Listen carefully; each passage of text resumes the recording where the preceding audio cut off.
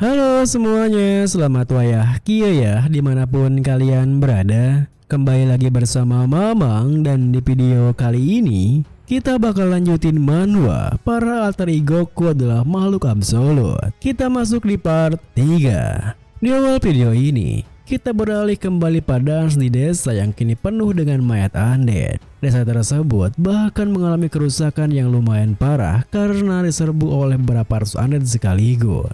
Meskipun begitu, bagi Hans yang kini menguasai sihir hitam, kehilangan beberapa arus undead bukanlah masalah besar. Ditambah lagi, keseruan menjadi seorang necromancer adalah kau bisa menggunakan mayat untuk menambah pasukannya. Akan tetapi, Hans terpaksa menunda sebentar niatannya tersebut, dikarenakan ia harus mengurus tangannya yang patah terlebih dahulu. Oleh karena itu, Hans pun segera mencari mayat undead yang menurutnya cocok, lalu langsung menempelkannya dengan mengaktifkan skill super recovery miliknya. Namun, baru saja Hans berniat untuk menambah pasukannya dengan membangkitkan undead baru, di mana Wake Wisdom membisikkan arahnya. Fragment of the Immortal King meminjamkan kekuatannya, mengkontaminasi sisa kekuatan sihir dalam tubuh dan mengikis Fragment of the Thoughts. Hal itu tak berhasil dalam sekali coba, hingga kemudian setelah melakukannya beberapa kali, Hans pun bisa menguasai pembangkitan undead barunya.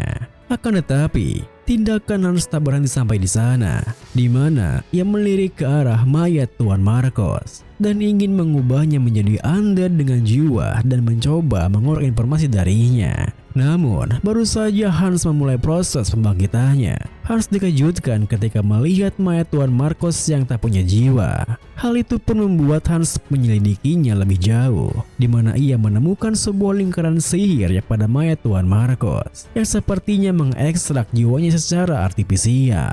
Seketika itu juga, Hans merasa yakin jika hal itu pastilah semacam langkah keamanan sebuah organisasi rahasia. Dan karena mereka melakukan operasi besar seperti ini, akan lebih aneh lagi kalau mereka tak melakukannya.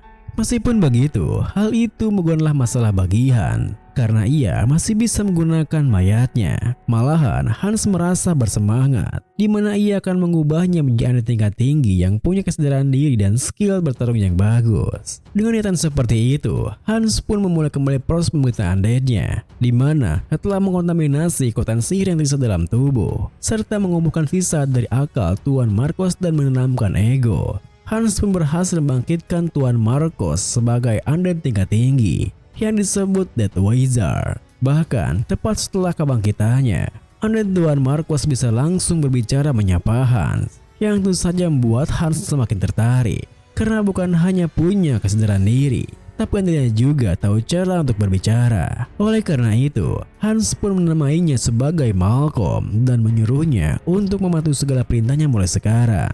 Namun, karena Malcolm tak kunjung menjawabnya, Hans pun langsung saja menamparnya dengan keras. Karena meski Malcolm tak punya ingatan kehidupan yang sebelumnya, bukan berarti kejahatan yang dilakukannya tidak menghilang. Oleh karena itu, Hans pun berniat untuk terus mengganggunya, yang dimulai dengan merampas tongkat miliknya. Kemudian, setelah puas mengusili Malcolm, Hans pun beranjak pada tumpukan undead yang telah dikumpulkan pasukannya.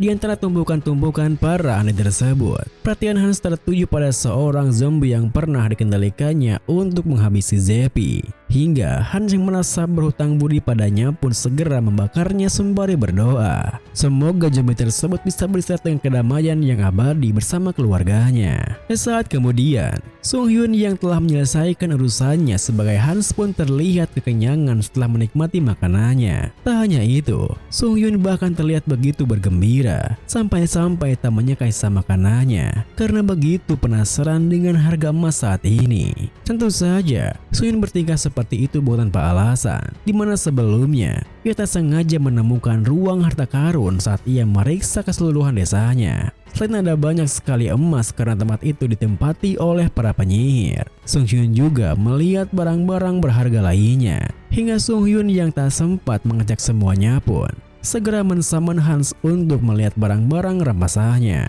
Namun, di saat Hans muncul di depannya, Sung Hyun sendiri malah tak bisa menahan tekanan sihir hitam yang dipancarkan oleh Hans, yang membuatnya langsung membatalkan summonnya tanpa pikir panjang. Kemudian, sembari mengatur napasnya yang terengah-engah, Sung Yun yang kebingungan bagaimana cara menghadapi Hans pun terpikirkan untuk memperkuat skill uniknya terlebih dahulu. Oleh karena itu, Sung Yun pun segera membuka toko karma, di mana poin karma miliknya kini hampir mencapai 800.000, yang bertambah lumayan banyak sejak terakhir kali Sung Yun mengeceknya. Lalu, tanpa buang-buang waktu, Sung Yun pun segera memilih opsi meningkatkan skill uniknya. Hingga karena skill uniknya telah meningkat, jumlah avatar yang bisa dikendalikannya pun bertambah. Lalu, karena kekuatan mentalnya telah melewati standar, Sung Yun pun mendapatkan skill bernama Serenity yang mencegah pikirannya terpengaruhi oleh stimulus eksternal dan melindunginya dari serangan mental.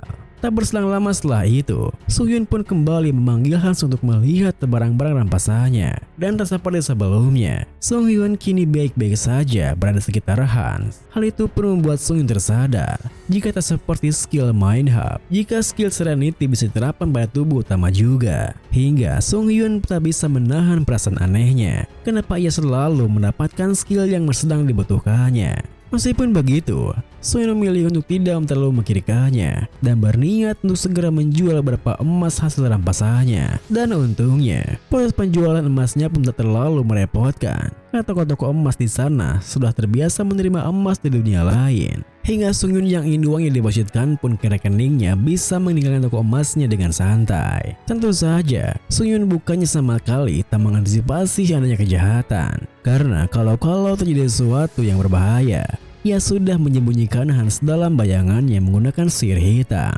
Bahkan, Sung Yun juga memakai topeng kepadanya kalau saja ia terpaksa harus memanggilnya. Namun, baru saja Sung Yun merasa tak ada yang harus ia khawatirkan, tiba-tiba saja terjadi sebuah ledakan di toko emas yang baru saja dikunjunginya, di mana terlihat sepasang pencuri yang salah satunya adalah awakan muncul kegirangan karena mereka mendapatkan jackpot banyak emas di toko terpencil seperti itu. Tentu saja, karena kejahatan yang mereka lakukan, kedua pencuri itu bisa disebut sebagai pelayan karena melakukan kejahatan dengan kekuatan awakannya hingga berniat untuk segera kabur dari sana untuk menghindari para guardian yang melindungi warga dari pelayan seperti itu.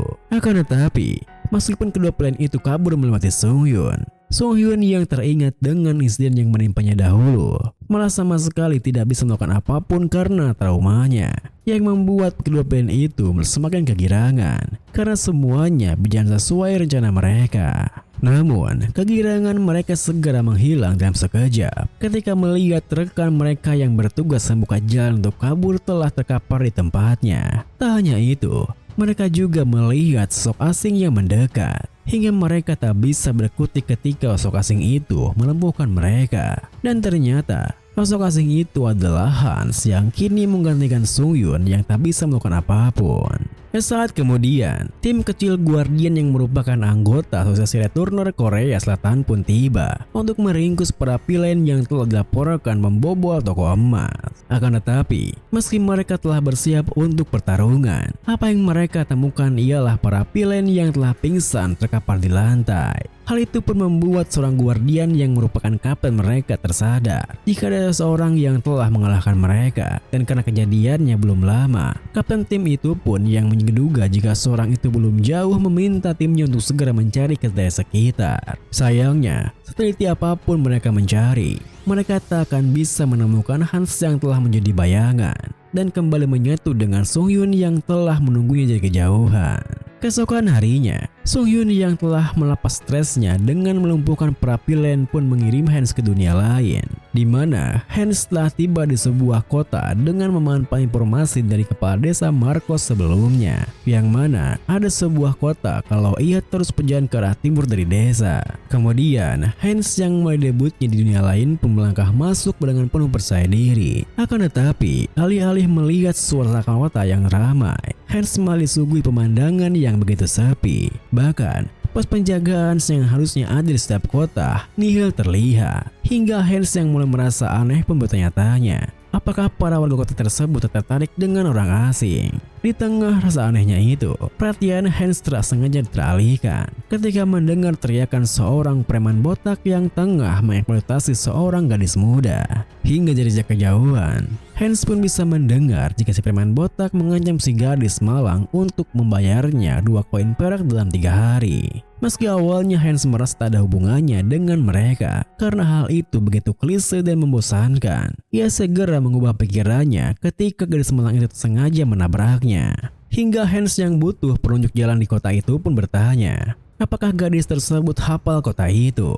Tentu saja, si gadis malang yang baru melihat Hans di sana pun tak langsung menjawabnya. Bahkan si gadis malang malah balik bertanya, siapakah paman di depannya ini? Hans yang sudah menduga responnya akan seperti itu pun langsung mengeluarkan 2 buah koin perak sembari memberitahunya jika dirinya adalah orang yang akan memberinya pekerjaan dan ingin segera mendiskusikan kontrak pekerjaannya. Seketika itu juga, pantas si gadis itu pun awal terkejut berbinar terang melihat 2 koin peraknya. Sehingga tanpa pikir panjang, si gadis itu pun setuju untuk bekerja pada Hans. Malam harinya, setelah berkeliling sebentar dipandu oleh si gadis pun membawa Hans ke sebuah wisma untuknya menginap. Dan selama berkeliling, Hans pun mendengar si gadis cerita tentang si gadis. Gadis ini bernama Diana. Dia bilang dia sedang mencari sedikit uang untuk mengurus adik-adiknya yang sakit setelah orang tuanya mau meninggal. Dia juga berucap dia bertemu dengan Hans saat dia berada dalam masalah karena ia tak bisa membayar uang upeti. Kemudian, karena Diana akan menjadi pemandunya tiap hari dengan bayaran 2 koin perak, Hans yang telah memberinya upah hari itu pun berpesan jika Diana harus menghampirinya besok pagi saat ia terbangun, lalu segera pergi untuk mengistirahatkan tubuhnya. Akan tetapi, alih-alih mendapatkan tidur yang nyaman, Hans malah terbangun di pagi buta karena kasurnya yang keras. Ditambah lagi, karena suara bersin yang terus-menerus terdengar dari luar wismanya. Hans yang penasaran pun tentu segera bangkit untuk mengeceknya. Dan ternyata, suara bersin tersebut berasal dari Diana yang tengah menunggu Hans di luar wismanya. Hingga Hans yang tak menduganya pun sontak bertanya, kenapa Diana menunggunya di pagi buta seperti itu. Tentu saja, Diana yang merasa senang karena mendapat pekerjaan pun sama sekali tak medulikan dinginnya pagi itu. Ia bahkan tersenyum cerah tanpa medulikan ingus di hidungnya. Melihat tingkahnya yang seperti itu, Hans yang merasa iba pun menahan kantuknya dan segera mengajaknya untuk masuk untuk sarapan. Hingga di saat Diana menikmati sarapan yang jarang dilakukannya, Hans pun memberitahunya agar tak usah menunggunya pagi-pagi buta seperti tadi. Dan datanglah saat jam makan siang saja.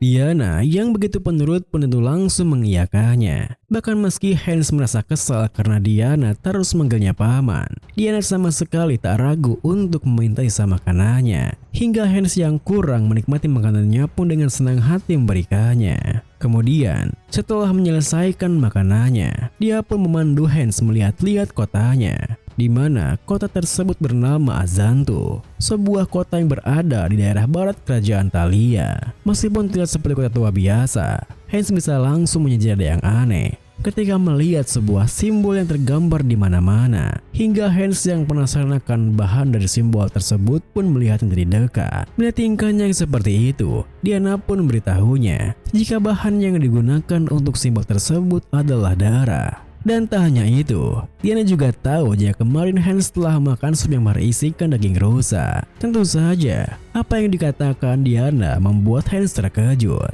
Hingga meski Diana memberitahunya jika ia memiliki indera penciuman yang baik, Hans bakal percaya kalau Diana bilang itu adalah kekuatan supernya. Namun, di saat Diana melanjutkan jalannya sembari menjelaskan jika simbol itu merupakan logo organisasi bernama para kolak yang mengawasi kota itu, tiba-tiba saja Diana menghentikan langkahnya karena mencium bau roti yang baru saja dipanggang. Meskipun sempat terkejut dengan tingkahnya, Hans kembali melanjutkan langkahnya bersama Diana. Akan tetapi, tanpa mereka sadari, tepat dalam gang kecil yang mereka lewati, ada seseorang yang telah kehilangan nyawanya. Beberapa hari kemudian, di saat Hans menunggu Diana yang terbiasa telat, preman botak dan rekannya yang pernah berlihatnya dahulu pun muncul mengajaknya berbicara. Hingga Hans yang telah menduga jika situasi ini akan terjadi pun segera mengeluarkan uangnya. Lalu, di saat para preman itu tersenyum puas dengan sikapnya yang tidak terduga, Hans pun diam-diam perhatikan kedua premannya, yang mana mempunyai tato yang sama dengan simbol yang ia lihat sebelumnya. Ditambah lagi, Diana juga pernah peringatkannya untuk jangan coba-coba berkeliaran di daerah gang belakang. Malah akan lebih baik baginya kalau Hans meninggalkan kota ini secepatnya. Yang tentunya malah membuat Hans semakin penasaran apa yang telah Diana alami sampai setakut itu dengan mereka. Rasa penasarannya pun malah semakin memuncak ketika Hans sengaja mendengar percakapan kedua premannya yang beranjak pergi. Di mana rekan si preman botak bertanya, kenapakah ia menangkap anak itu? Seketika itu juga, pikiran Hans pun tertuju pada Diana, hingga Hans yang tak bisa menahan cemasnya pun menghentikan mereka. Pada saat itu, bersama dengan kedua premannya yang menghentikan langkahnya, Hans yang telah bersiap untuk kemungkinan terburuk pun mencoba merendahkan dirinya. Akan tetapi, baru saja Hans bilang ingin bertanya, tiba-tiba saja Diana muncul di belakangnya, yang itu membuat Hans terkejut hingga harus menggunakan semua uang untuk lepas dari situasi tersebut. Kemudian, selepas kedua preman itu meninggalkannya, Hans yang merasa kesal karena uangnya habis dipalak pun bertanya pada Diana, kenapa ia tidak datang-datang meskipun sudah lewat waktu janjiannya. Dan karena uangnya telah habis untuk menemukannya, Hans pun tak akan memberinya makan hari ini. Namun, di luar dugaannya, Diana yang tampak putus asa memberitahunya jika adiknya telah menghilang. Sebenarnya, adiknya sudah sembuh karena memakan makanan yang Hans berikan. Tetapi, Diana tak bisa menemukannya dimanapun. Mendengar hal itu, Hans yang kembali teringat dari percakapan kedua preman tadi pun untuk bertanya, mungkinkah pelakunya Parkola? Berapakah kemungkinan mereka menangkap adiknya? Karena sebelumnya ia mendengar jika mereka yang menangkap anak kecil atau semacamnya. Sayangnya, apa yang dikatakan Hans malah memperburuk situasinya. Bahkan, meskipun Hans bilang dia akan membantunya jika mereka ingin uang tebusan, Diana yang kalau terduduk di sana mengatakan kalau mereka benar-benar menangkap adiknya Aaron pasti akan mati. Yang mereka cari adalah darah bukan uang. Karena sebenarnya kota ini adalah gudang makanan para vampir. Tentu saja, apa yang dikatakan Diana membuat Hans terkejut bukan main. Hingga dirinya pun tak mampu mengatakan apapun selain mematung di tempatnya. Sementara itu, saat malam tiba di desa pertama Hans menjadi anaknya di dunia lain, terlihat sosok bayangan yang berdiri kokoh di atap sebuah rumah. Sosok tersebut nampaknya mencium bau mana kegelapan yang begitu pekat dari kekacauan yang terjadi di desa. Kulit pucatnya bahkan tak bisa meredam rasa penasarannya. Apakah ada konflik internal karena adanya fragment of the Immortal King di sana? Meskipun hal itu cukup disayangkan, karena ia berencana mengambilnya kalau sudah matang. Sosok bertaring menunjang tersebut pun begitu percaya diri bisa menemukannya, meskipun ia tidak tahu siapa yang telah mencuri startnya. Perjalanannya pun diakhiri dengan di saat sinar rembulan menyinari wajahnya yang tampan. Sosok tersebut yang ternyata merupakan seorang vampir pun tersenyum mengatakan jika ia akan menangkap mereka dalam waktu singkat.